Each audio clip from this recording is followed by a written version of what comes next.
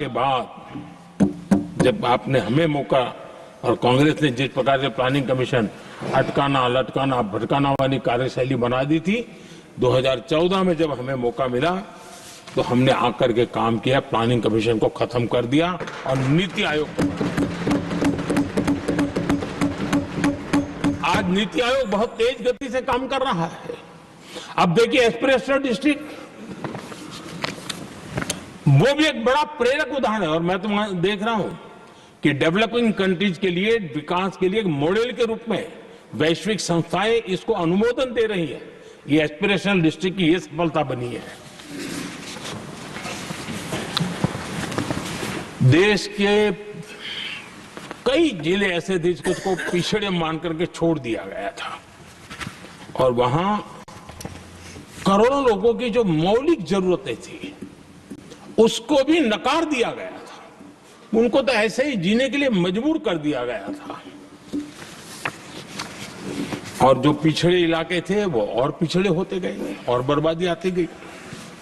और हालत तो सरकार में ऐसी थी कि जब किसी को पनिशमेंट ट्रांसफर करनी होती थी, पनिशमेंट पोस्टिंग देना होता तो ऐसे ही जिलों में भेजा जाता था ताकि और खराब करे वो। ये हाल बन गया था, ये वर्क कल्चर बन गया था। हमने इस स्थिति को बदला। सबसे पहला आग्रह किया, यंग होनहार अफसरों को लगाया जाएगा और पूरा 3 साल का मौका उसको दिया जाए काम करने का। एक के बाद अब निर्णय किए और आज देखिए किसी समय छत्तीसगढ़ का हमारा बस्तर एस्पिरेशनल डिस्ट्रिक्ट में था, आज वो बस्तर पूरे देश में बस्तर ओलंपिक के नाम से चर्चा में है।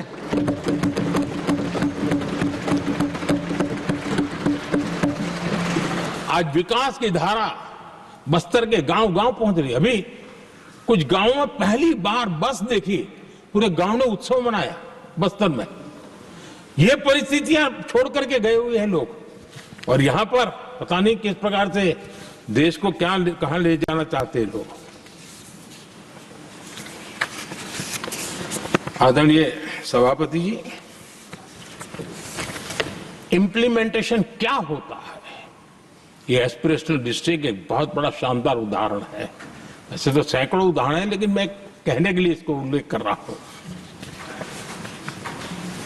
कांग्रेस के हमारे साथियों को ये जो बदलाव आ रहा है उसमें इम्प्लीमेंटेशन नजर नहीं आ रहा है और उनका तो एक ही वो प्लानिंग कमीशन वाला मॉडल है, जीप और खच्चर वाला मॉडल, यही वो लोग जानते हैं, उससे आगे कुछ नहीं जानते। और ये इम्प्लीमेंटेशन कैसे करते हैं, मेरा जन्म नहीं हुआ था उसके पहले सरदार वल्लभ भाई पटेल ने नर्मदा नदी पर बांध बांधने की कल्पना की। विषय तो पक्का हो गया, सरदार साहब नहीं रहे, खैर नेहरू जी ने शिलान्यास किया। अब इंप्लीमेंटेशन देखिए इनको। मेरा जन्म नहीं हुआ था जब इसकी कल्पना की गई थी और प्रधानमंत्री बनने के बाद मैंने उसका उद्घाटन किया, ये हाल है।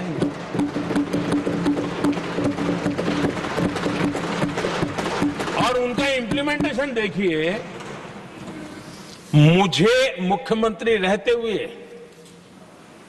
3 दिन अनशन पर बैठना पड़ा था नर्मदा सरदार सरोवर डैम के लिए, मेरे राज्य के किसानों के लिए। मैंने अपने आप को दांव पर लगा दिया था, तब जाकर के भारत सरकार को झुकना पड़ा और तब जाकर के सरदार सरोवर डैम के कंस्ट्रक्शन को गति मिली और यहां मैं पहुंचा तब मुझे उसका उद्घाटन करने का सौभाग्य मिला। और आज कच्छ तक, हावड़ा बीएसएफ के लोग जहां बैठते हैं वहां तक नर्मदा का शुद्ध पानी पीने के लिए पहुंच रहा है। इंप्लीमेंटेशन क्या होता है और यहां पर इम्प्लीमेंट किसी ने शब्द पकड़ा दिया, हर एक के मुंह से वही निकल रहा था। हमने कांग्रेस की कार्यशैली को बदलने के लिए, जब मैंने देखा कई ऐसे काम थे अटके पड़े हुए, कोई पूछने वाला नहीं थे फाइलों में, और पॉलिटिकल फायदे के लिए अनाउंसमेंट कर दिए, दिए जला दिए, पत्थर लगा दिए, करना कुछ नहीं। आखिरकार मैंने एक टेक्नोलॉजी वाला प्लेटफॉर्म बनाया यहां आकर के, प्रगति के नाम से। ये प्रगति प्लेटफॉर्म का मैं उदाहरण देता हूं। आप हैरान हो जाएंगे, मुझे एग्जैक्ट याद नहीं है, लेकिन शायद हिमाचल में एक ट्रेन उन्होंने पार्लियामेंट में घोषित की थी, शायद ऊना और कोई। मेरे आने तक वो कागज पर भी उसका ड्राइंग नहीं बना था, बताओ, और चुनाव जीतने के लिए वो घोषणा कर दी। प्रगति के अंदर मेरे सामने विषय आया, ऐसे कई विषय मेरे सामने आए, और उस प्रगति के अंदर हमने एक एक प्रोजेक्ट क्यों अटके हुए, कॉस्ट किस डिपार्टमेंट की काम में क्या मुसीबत आई है, किसने गलत तरीके से इसको आगे बढ़ाया, और बजट तो बढ़ता ही गया था। जो योजना 900 करोड़ में होनी थी वो 90,000 करोड़ तक पहुंच जाए, ये हाल करके रख दिया था इन्होंने।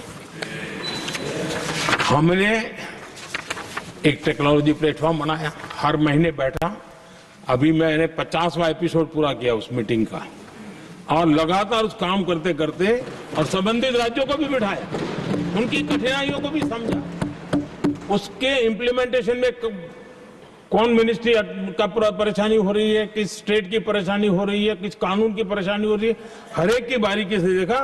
और आज मैं गर्व से कह सकता हूं कि इस प्रगति के इम्प्लीमेंटेशन को बारीकी से प्रधानमंत्री के स्तर पर देखे जाने के कारण 85 लाख करोड़ रुपीस का काम को गति मिली। 85 लाख करोड़ रुपीस के काम, आप कल्पना कीजिए, देश की कितनी बड़ी शक्ति को अनलॉक किया हमने। इंप्लीमेंटेशन कैसे होता है ये हमने करके देखा है। रेल हो, रोड हो, सिंचाई हो, ग्रामीण कोई व्यवस्था का काम हो, इन सारी चीजों को हमने इसमें लिया। अब जैसे जम्मू उधमपुर श्रीनगर बारामूला रेल लाइन, आज ये प्रोजेक्ट पूरा हुआ, और बर्फबारी में इन दिनों आपने देखा एक वीडियो बहुत पॉपुलर हुआ है, बर्फ के बीच में थे, चारों तरफ बर्फ की चादर छाई हुई है और वंदे भारत ट्रेन निकल रही है, और लोग कहते हैं गलती मत करना, है तो विदेश है, ये हिंदुस्तान है, ये रील चल रहे हैं बाजार में।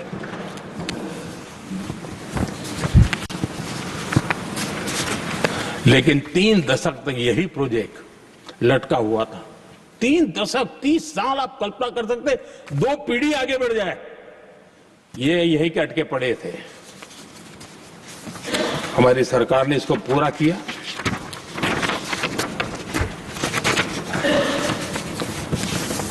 आदरणीय सभापति जी, मैं असम की बात करता हूं, और कोई ये मत सोचो कि मैं चुनाव है इसलिए बोल रहा हूं, इनके पाप है इसलिए मुझे कहना पड़ रहा है।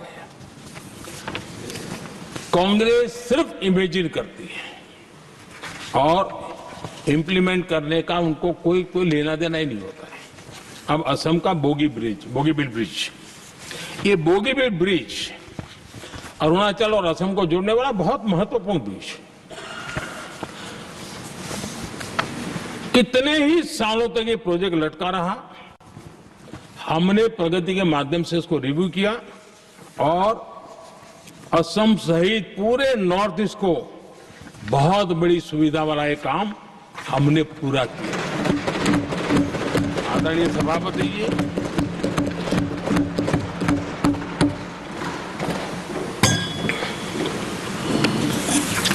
इंप्लीमेंटेशन की बातें जब करते हैं तो एक बार हमारे पास तो तथ्यों के साथ चीजें हैं कि हमने चीजों को समय पर पूरा करने की दिशा में आगे बढ़े। और इन दिनों तो जो काम कर रहे हैं समय से पहले हो रहा है। हमने पूरी दुनिया को कहा था कि हम 2030 तक यहां पहुंचेंगे सोलार में, हमने वो काम 2025 में कर दिया। हमने इथेनॉल का समय तय किया था, हम उसमें भी 2-3 साल पहले ही काम पूरा कर लिया। तो एडवांस में हम काम पूरा करने का इंप्लीमेंटेशन की ताकत हमारे से उससे भी ज्यादा है।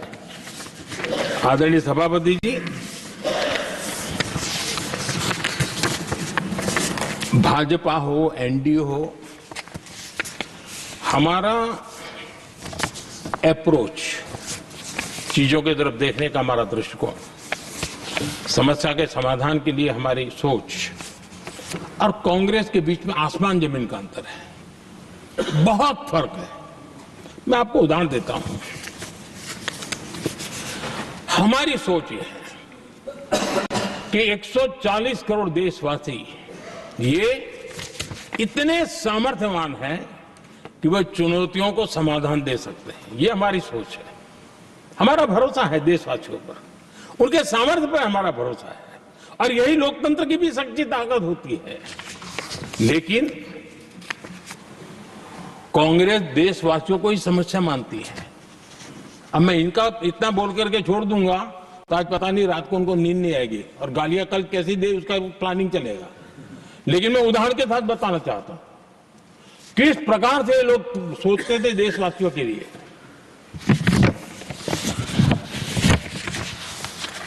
देश के लोगों के बारे में नेहरू जी और इंदिरा जी की सोच क्या थी, मैं उसके विषय में बताना चाहता हूं। इंदिरा जी एक बार ईरान गए थे और ईरान में वो भाषण दे रही थी, और उस भाषण में उन्होंने नेहरू जी के साथ जो बातचीत हुई थी उसका उल्लेख किया।